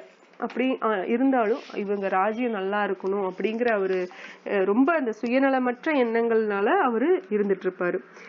இப்போ இவங்கள பத்தியும் சொல்றாங்க. காசிராஜன் சொல்லியாச்சு, சிக்கண்டி சொல்லியாச்சு, சாத்திகி யாருன்னு நம்ம சொல்லிட்டோம். துருபதன். இப்ப துருபதனோட பையன் திருஷ்டத்யும்னன் தான் வந்து இவங்களுக்கு யூகம் போட்டு கொடுத்ததே அவ்வளவு திறமையா இல்லையா. அத பார்த்தோம். இப்ப எல்லாரும் அவங்கவுங்க சங்கம் முழங்கியாச்சு. இப்போ 18 அத்தியாயம் முடிஞ்சிருச்சு. 18 ஸ்லோகங்கள் முடிஞ்சிருச்சு. 19வது ஸ்லோகத்துக்கு போவோம். சகோஷோ தார்த்ராஷ்டிராணாம் ஹிருதியானி வியாதரயத் நபஸ்ச பிருத்திவீம் சைவ துமுலோப்ய நுநாதயன். பல்வேறு சங்கொலிகளின் முழக்கம் பேரொளியாக எழுந்து பூமியும் வானமும் நடுங்குமாறு எதிரொலிக்க திருதராஷ்டிரனின் மகன்களுடைய இதயங்கள் சிதறி போயின. இப்ப இதுல இருந்தே நமக்கு நல்லா தெரியுது. அப்போ ரெண்டு பக்க சைடு, இப்ப கௌரவர்கள் சைடு சங்கு முழங்குறதெல்லாம் ஒரு பெரிய விஷயமே இல்ல. பாண்டவர்கள் சைடு சங்கு முழங்குறதான் சஞ்சயன் பெருசா சொல்றான். ஏன்னா அந்த தர்மமான நியாயமான வழியில வர்ற அந்த சைடு தான் ஜெயிக்கும். அவங்கதான் போர்ல வந்து, ஏன்னா நியாயம் தர்மம் தான் ஜெயிக்கும் எப்படி பார்த்தாலும். அது அதனோட தன்மை வந்து வெற்றிதான் என்னைக்கா இருந்தாலும். அதை வேணா மறைச்சு வச்சிருக்கலாமே தவிர, மறைச்சு வச்சிருக்கலாம், இல்ல அதனோட வெற்றியை வந்து மூடி மறைச்சு, இல்ல அதை டிலே பண்ணி தாமதப்படுத்தி அப்படி வேணா பண்ணலாமே தவிர அத வந்து அந்த வெற்றியை வந்து நிறுத்த முடியாது யாராலும். ஏன்னா பகவான் வந்து வர்றதே தர்ம சம்ஸ்தா பணத்தாய சம்பவாமி யுகே யுகே. அவரு வர்றதே தர்மத்தை திருப்பியும் நிலைநாட்டுறதுக்கு தான். அதர்மம் ஓங்குச்சுன்னா அவர் வந்துருவாரு, தர்மம் குறையுதா வந்துருவாரு. அப்படி இருக்கிற பட்சத்துல நம்ம வந்து சில இடங்கள்ல தர்ம வழியில போகாம இப்படி அதர்மவாதிகள் அட்டூழியம் பண்றாங்களேன்னு நம்ம மன வருத்தப்பட்டாலும், அது தாமதமானாலும், நம்ம தலைமுறையில தர்மம் பார்க்க முடியாட்டியும் அடுத்த தலைமுறை பார்க்க போகுது இல்லையா. நம்ம தர்ம வழியில போயிட்டு இருக்க வேண்டியதுதான். நமக்கு உண்டான கர்ம வினைக்கு, நமக்கு நம்ம பண்ற கர்மத்துக்கு நம்மளுக்கு அது வினை பழம் எது இருந்தாலும் நமக்கு அது வந்துட்டு போகுது இல்லையா. எப்படி பார்த்தாலும் கர்மா வந்து தனிப்பட்ட முறையில செயல்படும் இல்லையா. நம்ம கூட்டமா இருந்தாலும் கூட்டு கர்மா ஒரு அளவுக்கு தான் செயல்படும். ஆனா தனிப்பட்ட கர்மா தான் நம்ம வாழ்க்கையில பிறப்பில் இருந்து யாருக்கு நம்ம எந்த பெற்றோர்களுக்கு நம்ம பிறக்கணும், எந்த ஊர்ல பிறக்கணும், நம்ம எந்த படிப்பு படிப்போம், இல்ல எந்த வழியில போவோம் அப்படிங்கறது நிர்ணயிக்கிறது எல்லாமே நம்ம பூர்வ கர்மா தானே. அதுல எந்த மாற்றமும் இல்ல. அதனால இப்போ சஞ்சயன் வந்து தெளிவா சொல்றது என்னன்னா, எப்படி கர்ஜனை வருது இந்த பாண்டவர்கள் சைடு போர்க்களத்துல பாண்டவர்களோட அணி சேனையில இருந்து சத்தம் வர்ற முக்கியமான போர் வீரர்கள் மட்டும்தான் சொல்றோம், எல்லாத்தையும் சொல்ல. இவங்களோட சைடு கௌரவர்கள் சைடு முக்கியமான போர் வீரர் பீமன் மட்டும்தான். பீமன் இல்ல, சாரி, பீஷ்மர் மட்டும்தான். ஏன்னா பீஷ்மர் யாரு, பகவானோட பக்தன் தான். பீஷ்மனும் பகவானோட பக்தர் தான். அவரு என்ன துரதிருஷ்டவசமா தர்ம வழியில இருக்கிற பாண்டவர்களோட இருக்க முடியாத சூழ்நிலை. ஏன்னா அவரு எடுத்த சங்கல்பம் தான். இன்னொரு சங்கல்பம் என்னன்னா, ஹஸ்தினாபூர் ராஜ்யத்துக்கு நான் எப்பவுமே உறுதுணையா இருப்பேன்னு. அது வந்து துரதிருஷ்டவசமா திருதராஷ்டிரோட வம்சத்துக்கு இருந்ததுனால அவர் வேற வழி இல்லாம அந்த இடத்துல இருக்க வேண்டியதா போச்சு. ஆனா அப்பவும் முடிவு என்னன்னு பார்த்தோம்னா, தர்மம் என்ன இருந்தாலும் நம்ம தர்மம் சைடு இருந்தா தான் நம்மளுக்கு வந்து பலன் கிடைக்கும், தர்ம பலன் கிடைக்கும். அதர்ம சைடு என்னதான் நம்ம நல்லவங்களா இருந்தாலும், நம்ம அதர்ம வழியில இருக்கிறவங்களுக்கு உதவி செஞ்சாலும் இல்ல அவங்க சைடு போனாலும், கர்ணன் ரொம்ப நல்லவன், அவனோட சக்தி மிகவும் பெருசு. ஆனாலும் அவனோட சைடு யாரோட சைடுல இருந்தான், கௌரவர்கள் சைடு இருந்தான். அதனாலதான் அவனோட அழிவு நிச்சயமா இருந்தது. எல்லாத்துக்குமே அழிவு இருக்கு. அந்த அழிவு வந்து ரொம்ப சுபமா இருக்கா இல்ல சுமபா இல்லையா அப்படிங்கிறது வந்து அவங்களோட தர்ம வாழ்க்கையை பத்தியும் அதர்ம வாழ்க்கையை பத்தியும் பேஸ் பண்ணிதான் இருக்கும் இல்லையா. இப்போ இப்ப விஸ்வநாத் சக்கரவர்த்தி தாக்கூர் இந்த இது சொல்றாரு, கௌரவா கிட்ட இருந்து வர்றது ஒரே அந்த சத்தம் வந்து ஒரு திவ்யமானது கிடையாது, ஆனா பாண்டவர்களது வந்து ஒரு ஆன்மீகமானது திவ்யமானது அப்படிங்கிறது. ராமானுஜாச்சாரியார் என்ன சொல்றாரு, கடவுள் எங்க இருக்காரோ, பகவான் எங்க இருக்காரோ கிருஷ்ணர், அங்க பகவான் மகாலட்சுமி இருப்பாங்க. மகாலட்சுமி இருந்தாலே அங்க வந்து என்ன ஆகும், வெற்றி நிச்சயம்தான் அப்படிங்கறதையும் நம்ம பாக்குறோம். கிருஷ்ணர் இருக்கிற இடம் வந்து கஷேத்திரம் என்ன ஆகுது, தர்மக்ஷேத்திரமா மாறுது இல்லையா. குருக்ஷேத்திரம் தான், ஆனா தர்மக்ஷேத்திரம்னு ஏன் சொல்றோம் அப்படின்னு ஆரம்பத்துல பார்த்தோம் இல்லையா, அதுக்கு காரணம் பகவான் இருக்கிறதுனாலதான் அப்படின்னு. இப்ப அடுத்த இதுக்கு போவோம்.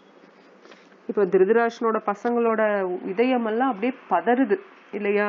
ஏன்னா அந்த மாதிரி முழக்கம் பயங்கரமா வருது. ஏன்னா தர்மமோட சத்தம் அதிகமா தானே இருக்கும். என்னதான் அதர்மமோட சத்தம் வந்து ஒரு குறுகிய காலத்துல அதிகமா இருந்தாலும் தர்மம் வெல்லும் போது அதனோட முழக்கம் பேரொழியாக தான் இருக்கும் அப்படிங்கறது ஆச்சாரியர்கள் சொல்றாங்க. இப்ப ஸ்லோகம் 20 பாத்துக்கலாம். அத வியவஸ்திதான் திருஷ்டவா தாத்ராஷ்டிரான் கபித்வஜஹ பிரவருத்தே சஸ்திர சம்பாதே தனுருத்யம்ய பாண்டவஹ ரிஷிகேஷம் ததா வாக்கியம் இதம் ஆஹ மஹீபதே. அச்சமயத்தில் அனுமானின் கொடியை தாங்கிய தேரில் அமர்ந்திருந்த பாண்டுவின் மகன் அர்ஜுனன் தனது வில்லை ஏந்தி அம்புகள் எய்ய தயாரானான். மன்னரே, அணிவகுக்கப்பட்ட படையில் திருதராஷ்டிரரின் மைந்தர்களை கண்டவுடன் பகவான் ஸ்ரீ கிருஷ்ணரை நோக்கி அர்ஜுனன் பின்வருமாறு கூறினான். இப்ப நம்மளுக்கு அனுமானோட கொடி இருக்கு. அனுமான் இருந்த இடத்துல ராமனுக்கு வந்து ஜெயம்தான் இல்லையா. நம்ம பாக்குறோம், ராமாயணத்துல பார்த்தோம். அப்ப அனுமனோட பிரசன்ஸ் இருந்தாலே அங்க பக்தர்களுக்கு கண்டிப்பா வெற்றி நிச்சயம், அவங்களுக்கு எல்லாமே சுபமாதான் நடக்கும் அப்படிங்கிறது உறுதி. ஏன்னா ஒரு பக்தன் தான் இன்னொரு பக்தனை வந்து நல்வழி காட்ட முடியும். இப்ப அர்ஜுனன் கிருஷ்ணரோட பெரிய பக்தன். அனுமான் யாரு அப்படின்னா ராமரோட பெரிய பக்தர் இல்லையா. அப்ப அனுமாரோட இது ஆசீர்வாதத்தால அவரோட கொடி வந்து இந்த தேர்ல இருக்கிறதுனால அங்க வெற்றி நிச்சயம்ங்கிறதுக்கு இன்னொரு அடையாளம். பல அடையாளங்களை வந்து ஆச்சாரியர்கள் சொல்றாங்க. கிருஷ்ணர் இருக்கிறதே மாதவன் அப்படின்னாலே என்ன, மாதவ, மானாலே லக்ஷ்மி மாதா இல்லையா. அப்ப அந்த மாதவன் இருக்கிற இடத்துல மகாலட்சுமி இருப்பாங்க. மகாலட்சுமி இருக்கிற இடத்துல சுபமாதான் சுபமங்கலமாதான் நடக்கும் எதுவுமே. அதே மாதிரி பக்தன் ஒரு இடத்துல இருக்கான், இன்னொரு பக்தன் கூடனாலும் அது நல்ல விஷயமா தான் நடக்கும். இப்ப ஹனுமான் இருக்கிற இடத்துல வெற்றி நிச்சயம். ராமாயணத்திலேயே அதை நம்ம பார்த்தோம். ஹனுமான் மூலியமா தான் சீதையை வந்து கண்டுபிடிக்கப்பட்டதே. ஏன்னா அனுமன் நீ ரொம்ப பெரிய வீரன், உன்னை நம்பிதான் இத்தனை பேர் வானரங்கள் இருந்தாலும் எல்லாத்தையும் ஒவ்வொரு 4 திசையில ஒவ்வொரு திசைக்கு ஒரு குரூப் ஆஃப் வானராச அனுப்பிச்சு வைப்பான் சுக்ரீவன்.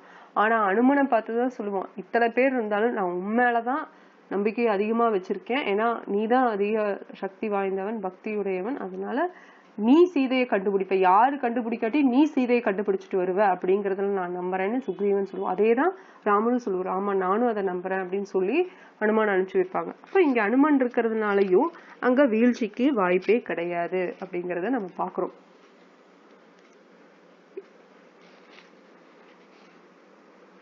இப்போ ஒரு ஒரு சின்ன கதை பார்ப்போம். யுதிஷ்டிர மகாராஜ் வந்து அவரோட ஏன் இதை கொண்டு வரேன்னா, இப்ப அர்ஜுனன் வந்து பின்வருமாறு கூறினான்னு ஏதோ சொல்ல போறான். அது என்ன சொல்ல போறாங்கிறத நம்ம நாளைக்கு பார்ப்போம். அதுக்கு முன்னாடி ஒரு சின்ன கதை இன்னைக்கு பார்ப்போம். இப்போ இந்த பாண்டவர்கள்ல அர்ஜுனன் இப்போ முன்னாடி நிக்கிறான் கிருஷ்ணர் கூட. அவன் பார்த்துட்டான், திருதராஷ்டிரனோட பசங்க எல்லாத்தையும் பாக்குறான். ஆனா அவனுக்கு உடனே என்ன வருதுன்னா சோகம்தான் வருது, கருணை வருது. துரியோதனனுக்கு என்ன வந்தது, பயம் வந்தது. ஆனா பகவானோட பக்தர்களுக்கு எப்பவுமே அந்த ஒரு கருணை, அந்த தயை எப்பவுமே இருக்கும் மற்ற ஜீவாத்மாக்கள் கிட்ட. இது வந்து ஒரு இயற்கையான பக்தர்களோட ஒரு இயற்கையான குணம் இல்லையா. நம்ம வந்து இப்ப பக்தி நமக்கு இருக்குன்னு வச்சுக்கோங்க, இப்ப பக்தி எல்லாத்துக்கும் நம்ம இருக்கிறங்கிட்ட தான் பகவானை பத்தி கேட்கிறோம், அது வேற விஷயம். இப்ப நம்மளோட இப்ப பகவத்கீதை கிளாஸ் நடக்குது, நீங்க என்ன பண்றீங்க? உங்களோட நண்பர்கள், உறவினர்கள், பக்கத்து வீட்டுக்காரங்க கிட்ட நீங்க சொல்றதுக்கு விரும்புறீங்க, சொல்றீங்க இந்த மாதிரி பகவத்கீதை வகுப்புகள் போகுது, இலவசமா தான் இருக்கு, நீங்க வந்து கேட்டு தெரிஞ்சுக்கங்க அப்படின்னு நம்ம சொல்றோம். எதுக்கு சொல்றோம்? அந்த கருணை, நம்ம பக்தி பண்ற மாதிரி நான் அவங்களும் பண்ணட்டுமே, அவங்களும் பகவானை பத்தி கேட்கட்டுமே, அவங்களும் நல்வழியில போகட்டுமே, நல்லா இருக்கணுமே அவங்களும், அப்படிங்கிறதுக்காக நம்ம உதவி செய்யறோம். இது வந்து தயை அல்லது கருணைன்னு சொல்றோம் இல்லையா? இது வந்து இயற்கையாவே பகவான் பக்தர்கள் இருக்கிறது உத்தமமான குணம் இது இல்லையா? ஏன்னா பகவானே அதுதானே கருணாவதாரம், கருணை கடல் தானே பகவான், கருணாமூர்த்தி தானே பகவான். அப்ப அவரோட பக்தர்கள் நமக்கும் அந்த துளினாது இருக்கும் இல்லையா? ஏற்கனவே சொன்ன மாதிரி கடல்ல இருக்கிற உப்பு, அதே கடல் தண்ணி ஒரு டம்ளர்ல எடுத்து கிளாஸ்ல வச்சாலும் அந்த உப்பு அந்த தண்ணியிலையும் தானே இருக்க போகுது. சின்ன அமௌண்ட் தான் இருக்கு, ஒரு ஸ்பூன் வாட்டர் தான், அந்த ஸ்பூன்ல எப்படி உப்பு வரும்னா இல்லையே. அந்த கடல்ல எப்படி தண்ணியில உப்பு இருக்கோ அதே மாதிரிதான் ஒரு ஸ்பூன் அந்த அதே கடல்ல இருந்து எடுத்தாலும் இதுலயும் உப்பு இருக்கும். அதே மாதிரிதான் பகவான் கருணாமூர்த்தி, அவர் பெரிய ஒரு என்ன சொல்றது, பெரிய ஆள் இல்லையா பகவான், எல்லா குணங்களையும் சிறந்தவர் அவரு. ஆனா அவரோட பக்தர்கள் நம்ம ஒரு சின்ன ஆளுதான், ஆனாலும் அவரோட குணம் நமக்கும் தானே இருக்கு, இந்த கருணை, அதுதான் சொல்லப்படுது. இப்போ யுதிஷ்ட மகாராஜ் பாத்தீங்கன்னா அவரும் ரொம்ப ஒரு தயையான தர்மத்தின் வழி போற ஆளு, தயையோட தர்மத்தின் வழியில போற ஆளு. அவங்க ஒரு தடவை எல்லாரும் ராஜ்யத்தை விட்டுட்டு, யுதிஷ்ட மகாராஜ் போதும் ராஜ்யம் இது வரைக்கும் பண்ணது போதும்னு அபிமன்யுவோட பையன் பரீட்சித் மகாராஜ் கிட்ட ராஜ்யத்தை விட்டுட்டு அவங்க கிளம்பிடுவாங்க. இது வந்து இந்த வனவாசம் போறது, சன்னியாசம் போறதுங்கிறத சொல்லி பார்த்திருக்கோம் இல்லையா? அந்த 4 வருடங்கள் 4 ஆசிரமங்கள்னு, பிரம்மச்சாரியா இருக்கணும் கொஞ்சம் காலம், 5 வயசுல இருந்து 21 வயசு வரைக்கும், இல்ல 25 வயசு வரைக்கும் பிரம்மச்சாரியா இருக்கணும். 25 26க்கு மேல கல்யாணம் பண்ணிக்கணும், கிரகஸ்தவா மாறிடணும். அதுக்கப்புறம் அதுல குழந்தை பெற்றுட்டு 50 வயசுக்கு மேல வானப்பிரஸ்தம் எடுக்கணும். வானப்பிரஸ்தானம் என்னன்னா கோயில் கோயிலா போய் கோயில் பகவான் பத்தி தெரிஞ்சுக்கிறது, பக்தர்களோட சங்கம் வச்சுக்கிறது, அந்த மாதிரி வாழ்க்கையை வாழ்றது. அதுக்கப்புறம் 60 70க்கு மேல சன்னியாசம் எடுத்துறது. தன்னோட பெண்டாட்டிய வந்து மகன்கள் வீட்டுல இருந்தா மகன்கள் கிட்டையும், மகள்கள் இருந்தா மகள்கிட்டயோ விட்டுட்டு இவர் சன்னியாசம் எடுத்து போறது. இதுதான் வழக்கமா இருந்தது வேத காலத்துல. இப்ப அந்த மாதிரி யாரும் செய்யறது இல்லை. இப்ப யுதிஷ்டர் இவரு ராஜ்யத்தை விட்டுட்டு காட்டுக்கு போறாரு, ஹிமாலயத்துக்கு நோக்கி.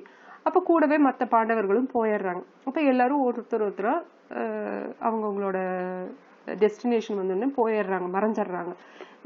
மகாபாரதம் இப்படி சொன்னாலும் பகவதம் இதை ஒத்துக்கிறது இல்லை. ஏன்னா பாண்டவர்கள் எல்லாருமே பகவானோட நித்தியமான பக்தர்கள்ங்கிறதுனாலதான் அவங்க எல்லாருமே வைகுந்தத்துக்கு தான் போனாங்களே தவிர சொர்க்கத்துக்கெல்லாம் போகல அப்படின்னு சொல்லப்படுது பாகவதத்துல. எது எப்படியா இருந்தாலும் அவங்க வந்து இது பயணத்தை நோக்கி போறாங்க.